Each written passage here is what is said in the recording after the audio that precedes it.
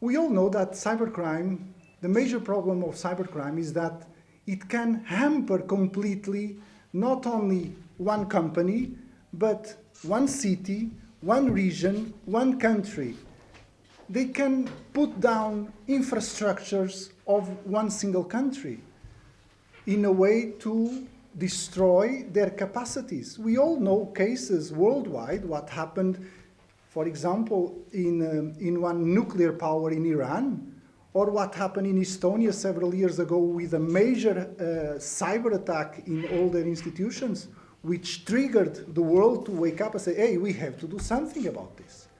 And obviously this has implications in Africa, because African countries are facing with this big problem that is cybercrime, that is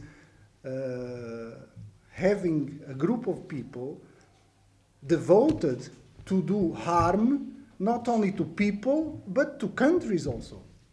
And at the same time, there is the other side of the fight against cybercrime, which is not only the fighting against criminals, but the use of electronic evidence. Everybody of you, everybody of us uses mobiles, where we exchange messages through WhatsApp, through Skype.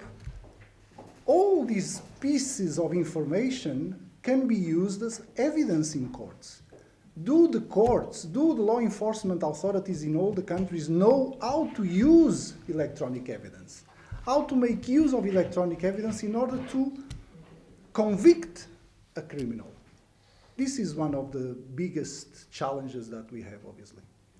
As in one single voice, to improve their legislation, sometimes to draft new legislation on cybercrime, because the first step to target a crime is to have legislation. Without legislation, you cannot have law enforcement, obviously. So this is the purpose of this conference, to create awareness in the countries that they need a proper legislative framework in the fight against cybercrime. And then to put in practice their own procedures, internal procedures, with police, with the courts, with different institutions, law enforcement institutions in the country, to obviously address the issue. This is our purpose.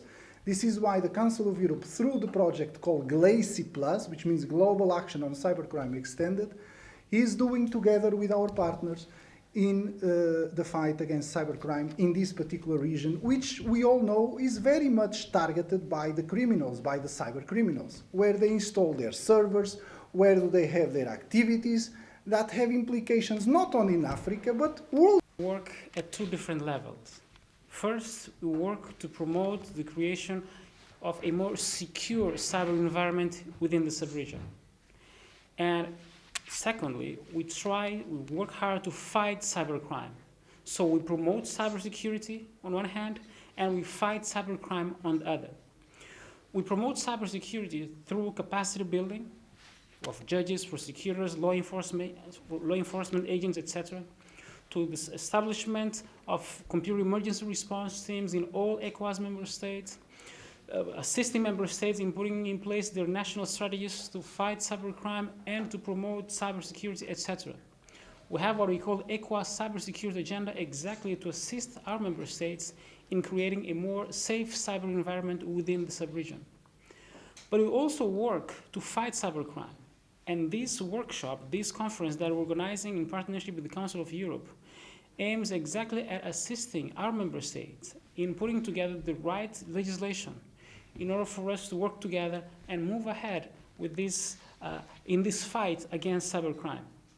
We need to have proper legislation, and especially we need to harmonize our legislation. There is no country in the world, no organization, no international organization which can alone win the battle against cybercrime. This is something that we have to do together. And we as ECOWAS, as a regional body with 15 countries, what we intend to do is to work together so that we can indeed win this battle against cybercrime.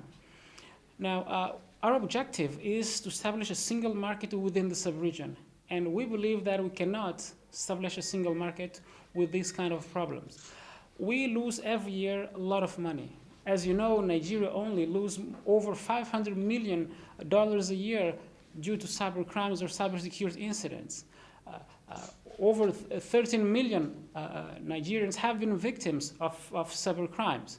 Now, in Ghana lost last year $50 million due to cybercrime or cybersecurity incidents. So we have a lot of problems when it comes to cybersecurity, and that's why we're fully engaged in this fight against cybercrime. In terms of monitoring, of course, we have monitoring systems in place at ECOWAS to make sure that ECOWAS legal texts are indeed domesticated by member states, and that we indeed implement this regional text on fighting cybercrimes and on promoting cybersecurity within the sub-region.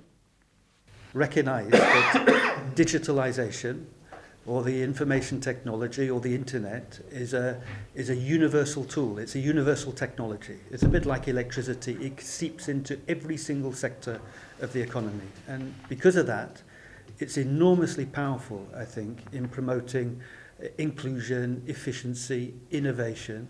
It brings, opportunities for huge change that I think can affect people's lives for the better. I mean, I said in my contribution today, I remember seeing a rule of thumb that with a 10% increase in internet penetration, you can add 1.5 percentage points to a growth in a country. I think this is hugely powerful effects. But with that benefit, goes the risk of cybercrime. And I think all of us need to be ready and prepared, both from a legislative perspective and from an operational perspective, to respond to that. And I think this is what this conference and the work we're doing is very, very important. I think both from a legislative perspective, we need to know, what is the legislation that's in place so that we have the right framework. And then also from that legislation for the operation. I mean, I was looking at my phone, the amount of information that exists in this document, and how, if crimes are committed, how do you extract the information from this document, use it in a way that respects people's privacy, but is used and captured in a way that can help you prosecute the people who committed cybercrimes. In that way, I think, we can get those huge benefits from digitalisation and avoid that huge potential downside. And I think we mustn't ignore that downside. Every week that goes by, you open papers in all over the world, and you will see events that are taking place in terms of people's identity being stolen, people being drawn into advance fee fraud, people sending malware into systems that can potentially stop energy systems, for example, that exist in Europe and happened a few years ago in Ukraine, etc. So I think these are extremely dangerous threat that exists there that we need to respond to. And this is something we're trying to deal with in Europe. We're trying to tackle that with the right legislation and the right way of gathering evidence. But equally, we're trying to work with other countries, with West Africa in particular, both through the Glassy project with the Council of Europe, but also through a particular project with ECOWAS. And I hope with that work we can actually tackle that issue of cybercrime and ensure that we can get all the benefits for digitalisation for West Africa and for Nigeria. Worldwide.